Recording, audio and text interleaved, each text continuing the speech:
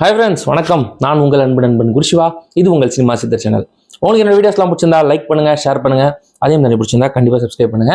இனி நம்ம ஷோவில் கங்குவா இந்த படத்தோட டீட்டெயில் ரிவ்யூ தான் பார்க்கணும். கங்குவா நேற்று ஃபர்ஸ்ட் டே ஈவினிங் ஷோ பார்த்தேன். ஸோ நைட் லேட் ஆயிடுச்சு, அதனால ரிவ்யூ போஸ்ட் பண்ணல. ஸோ இன்னைக்கு வீடியோ எடுத்து அப்லோட் பண்ணிடலாம் அப்படின்ட்டு தான். ஸோ கங்குவா பொறுத்த வரைக்கும் என்ன நான் எக்ஸ்பெக்ட் பண்ணேன் அப்படின்னு பார்த்தீங்கன்னா, கண்டிப்பாக ஒரு டீசெண்டான படமாக இருக்கும் அப்படிங்கிற ஒரு நார்மலான எக்ஸ்பெக்டேஷன் தான் தேட்டருக்குள்ளே போனேன். ஏன்னா காரணம் சூர்யா அப்படிங்கிற ஒரே ஒருத்தர் மட்டும்தான். மற்றபடி வேற எந்த எக்ஸ்பெக்டேஷனும் இந்த படத்தில் எனக்கு கிடையாது. ஒரு மினிமம் எக்ஸ்பெக்டேஷனோட தேட்டருக்கு போனால் படம் எப்படி இருந்தது அப்படிங்கிறத இப்போ நான் சொல்லிடுறேன். ஸோ படத்தோட டியூரேஷன் பார்த்தீங்கன்னா 2.5 hours ப்ளஸ் ஒரு 3 or 4 minutes வருது. ஸோ படத்தில் சூர்யா, திஷா பட்டானி, யோகி பாபு, போஸ் வெங்கட், நாட்டி, பாபி டியோல் இவங்க நடிச்சிருக்காங்க. இந்த படத்துக்கு இசையமைச்சிருக்காரு தேவிஸ்ரீ பிரசாத். இந்த படத்தை இயக்கியிருக்காரு சிவா. ஸோ இந்த படத்தில் ஒர்க் பண்ண டெக்னீஷியன்ஸ் எல்லாருமே ஒரு நல்ல டெக்னீஷியன்ஸ். அதேமாதிரி சிவா அண்ட் டீம்னு தான் எப்பயுமே போடுவார். கிரெடிட்ஸ் எல்லாருக்குமே கொடுக்கக்கூடிய ஒரு டேரக்டர் தான் சிவா. ஸோ படம் எப்படி இருந்தது அப்படின்னு எப்படி ஆரம்பிக்குதுன்னு தெரில. நானும் அப்படி இப்படின்னு இழுத்துட்டே இருக்கேன். ஸோ படத்தில் ப்ளஸ்ஸு மைனஸ் அப்படின்லாம் சொல்லுவேன். ஸோ இந்த படத்தில் உள்ளே போனோன்னே ஒரு பீரியட் செட்டப்பில் 1970 நடக்குதுன்னு பட்டுன்னு ஒரு ரோல் 2024, அப்புறம் ஒரு லேபில் நடக்கிற விஷயங்கள் அப்படின்னு நிறைய விஷயங்கள் ஆரம்பத்தில் கொண்டு வராங்க. யோகி பாபு, கிங்ஸ்லி ரெண்டு பேரும் ஏதோ சிரிக்க வேணும் ட்ரை பண்ணியிருக்காங்க. கண்டிப்பாக சொல்கிறேன், சிரிப்பு வரல, இரிட்டேட் ஆகிட்டேன். அதேமாதிரி சூர்யாவோட லுக்ஸ் ரொம்ப நல்லா இருந்தது. அந்த 2024 இந்த லுக்ஸ் நல்லா இருந்தது. அதை தாண்டி ஆர்ட் டிபார்ட்மெண்ட்டை பற்றி ஸ்பெசிஃபிக்காக சொல்லலாம். ப்ளஸ்ன்னு பார்த்தீங்கன்னா ஆர்ட் வைஸ் பார்த்தீங்கன்னா எல்லா கேரக்டர்ஸ்க்கும் அவங்க செஞ்ச ஒரு அந்த ப்ராடக்ட்ஸ், இந்த கழுத்தில் போடுறது, கையில் போடுறது எல்லாமே ரொம்ப கஷ்டப்பட்டு பண்ணியிருக்காங்க. அதேமாதிரி அந்த செட்டப், அந்த ஒரு வில்லேஜ் மாரி ஒரு செட்டப் போட்டிருக்காங்க. அதெல்லாம் ரொம்ப அருமை. வெற்றி அவர்களோட சினிமாட்டோகிராஃபி வேற லெவலில் இருந்ததுங்க. ஸோ படத்தில் ப்ளஸ் இதெல்லாம் சூர்யாவோட ஆக்டிங், ஒரு டீசெண்டான ஆக்டிங் கொடுத்துருக்காரு. ஆனால் சூர்யாவே அந்த கதையை சூஸ் பண்ணார். அவர் கண்டிப்பாக இந்த படத்தை போட்டு பார்த்துருக்கலாம். பார்த்துருந்தா அவருக்கும் தெரிஞ்சிருக்கும் ஓரளவு இந்த படம் எப்படி வந்திருக்கும், எப்படி வந்திருக்கு அப்படின்னு சொல்லிட்டு. அவர் இந்த படத்தை ரொம்ப நம்பிட்டார். ஆல்மோஸ்ட் 2.5 years கிட்ட இந்த படத்துக்காக ஸ்பெண்ட் பண்ணியிருக்காருங்கிறது ரொம்ப கஷ்டமாக இருக்குது. ஸோ வாங்க படத்துக்குள்ளே போயிடலாம், படத்தோட டீட்டெயில் ரிவ்யூக்கு. என்ன அப்படின்னு பார்த்தீங்கன்னா, நாட்டி எடுத்தோன்னா ஒரு வில்லனாக காட்டுறாங்க. வில்லன் மாதிரி ஒரு கேரக்டர் மாட்டிக்கிறாரு, முடிச்சிடுறாங்க. போஸ் வெங்கட்டை பார்த்தாலே இரிட்டேட் ஆகுதுங்க. அதே மாதிரி ஒரு கேரக்டர் கொடுத்து வச்சிருக்காங்க.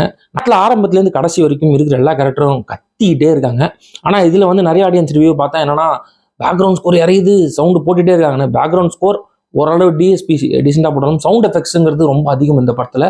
அதெல்லாம் ரொம்ப டிஸ்டர்ப் பண்ணுது.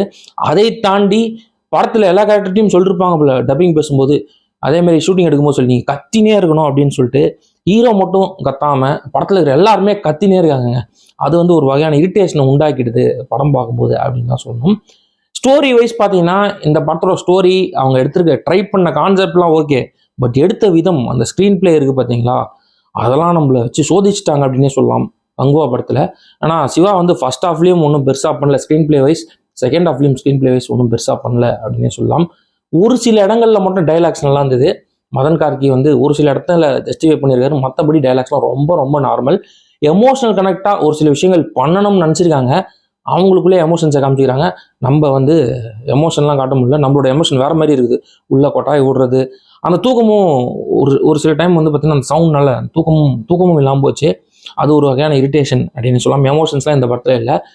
எல்லா கேரக்டரையும் ரொம்ப பெருசாக காட்டாமல் நார்மலாக காட்டி வச்சிருக்காங்க. கருணாஸ் எதுக்கு இந்த படத்தில் இருக்காரு அப்படின்னே தெரியல. அவரும் ஒன்றும் பெருசாக பண்ணல. அதுக்கப்புறம் இவர் பாபி டியோல் எவ்வளோ பெரிய ஆக்டரு, அவரை கூட்டின்னு சும்மா ஒரு 4 அடி வாங்க விட்டுருக்காங்க, 4 பேரை கொல்ல விட்டுருக்காங்க. இதுக்கு யாருன்னா கறிக்கடை பாயை வச்சு அந்த கேரக்டர் பண்ணியிருக்கலாம் அப்படின்னு தோணுச்சு. அவ்வளோ ஃபஸ்ட்டாக அவரோட கேரக்டரைசேஷன் வச்சுருந்தாங்க. எப்படி அவர் ஒத்துக்கிட்டாரு அப்படின்னு தெரியல. அதெல்லாம் ஒரு இன்டர்வியூவில் எல்லாரும் சிரிப்பாங்க, இவங்க சொல்கிறதெல்லாம் கேட்டு எல்லாம் ஒரு ரியாக்ஷன் கொடுப்பாங்க. அவர் மட்டும் சைலண்டாகவே உட்காந்துருப்பாரு. மேபி படம் பார்த்துட்டு அவருக்கு அப்பயே ரிசல்ட் தெரிஞ்சிச்சா அப்படின்னு தெரியல. ஏன் இந்த அளவு பார்த்தீங்கன்னா, சூர்யா அப்படிங்கிறவரோட உழைப்பு மட்டும் தான் இந்த படத்தில் இருக்குங்க. அவர் இந்த வயசுலையும் அந்த உடம்பை மெயின்டைன் பண்ணுறது, அந்த கேரக்டருக்காக அவர் டிஃப்ரெண்ட்டாக ட்ரை பண்ணுற விஷயங்கள்லாம் எந்த குறையும் சொல்ல முடியாது. அவரை தவிர டெக்னிக்கலாக ஒரு சில விஷயங்களை தவிர இந்த படத்தில் ஒன்றுமே இல்லைங்க. நான் ரொம்ப ஏமாந்துட்டேன், ரொம்ப டிசப்பாயிண்ட் ஆகிட்டேன். இத்தனைக்கும் எக்ஸ்பெக்டேஷன் நான் என்ன சொல்கிறது, ரொம்ப கம்மி தான். ஆனால் அதையும் தாண்டி இந்த படம் என்ன ரொம்ப ஒரு என்ன சொல்கிறது, சூர்யா கேரியர்லேயே இந்த மாதிரி ஒரு படம் ஒரு 2-3 படம் சொல்லலாம் இதெல்லாம் நல்லா இருக்காதுன்னு, அதில் இந்த படமும் வந்துருச்சு அப்படின்னு சொல்லலாம். இது சூர்யாவுக்கு சூர்யா ஃபேன்ஸுக்கும் சரி இது பெரிய டிசப்பாயின்மெண்ட் தான். என்ன அப்படின்னா 3Dயில் பார்க்கும்போது எப்படி இருக்கும், நான் 2Dயில் தான் பார்த்தேன். 3Dயில் மேபி அந்த விஷுவல் எஃபெக்ட்ஸ், அந்த கிராஃபிக்ஸ்லாம் இன்னும் பெட்டராக இருந்திருக்கும் அப்படின்னு இருந்திருக்குமா அப்படின்னு தெரியல. ஆனால் கேட்ட வரைக்கும் 3Dயில் பார்க்கும்போதும் அவங்களும் ஓரளவு ஃப்ரெண்ட்ஸ்லாம் இதே தான் சொன்னாங்க.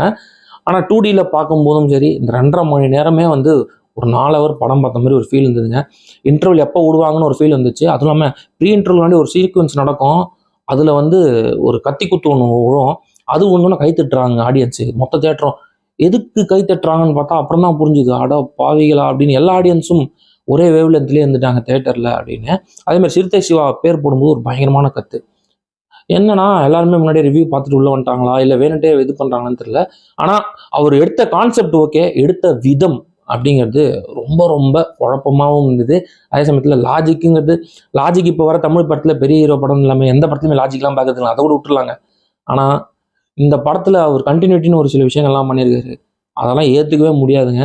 நம்மளை வந்து 220 ரூபா கொடுத்து படம் பார்த்தோம் அப்படின்னா இந்த படம் வந்து கண்டிப்பாக சாட்டிஸ்ஃபையாக பண்ணல அப்படிங்கிற ஒரு பெரிய டிசப்பாயின்மெண்ட் தான். திஷா பட்டானி எதுக்கு வந்தாங்க, வெறும் ஒரு 4-5 சீனுக்காக அவங்கள வச்சுருக்காங்க, அந்த கரண்ட் நடக்கல போர்ஷன்ஸ்க்காக.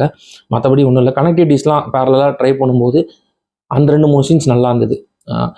மற்றபடி டெக்னிக்கலாக நல்லா பண்ணணும்னு நினச்சிருக்காங்க, அதில் சக்சீட் ஆகிட்டாங்க. பட் படத்தில் ஸ்டோரி அண்ட் ஸ்க்ரீன் பிளேலாம் வந்து ரொம்ப நம்மளை கஷ்டப்படுத்திடுச்சு அப்படின்னு தான் சொல்லணும். ஓவராலாக கங்குவா எப்படி இருக்குது அப்படின்னு பார்த்தீங்கன்னா ரொம்ப ரொம்ப ரொம்ப ரொம்ப ஆவரேஜ். அதனால் பிலோ ஆவரேஜ்னு சொல்லிட்டு சூர்யாவோட உழைப்பு இருக்குது, அதனால் சொல்ல முடியல. ரொம்ப ரொம்ப ரொம்ப ஆவரேஜான ஒரு திரைப்படம் தான் கங்குவா. நீங்கள் போய் ஒரு 3Dயில் பசங்களாம் பார்க்கணும், சின்ன குழந்தைங்களாம் பார்க்கணும் அப்படின்னு வச்சிங்கன்னா கூப்பிட்டு போங்க.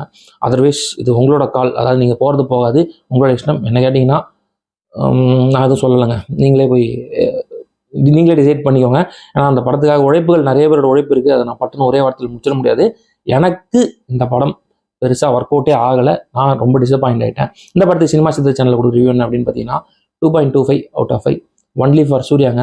அவரை தவிர இந்த படத்தில் ஒன்றுமே கிடையாது. ஒன் மேன் ஷோ அப்படின்னு கூட சொல்லலாம். ஒன் மேன் ஷோன்னு சொல்ல முடியலங்க, ஆனால் அவர் நடிச்சிருக்காரு, மற்றபடி அவர் கூட அந்த கதாபாத்திரம் எதுக்குமே வெயிட்டேஜ் இல்லைங்க.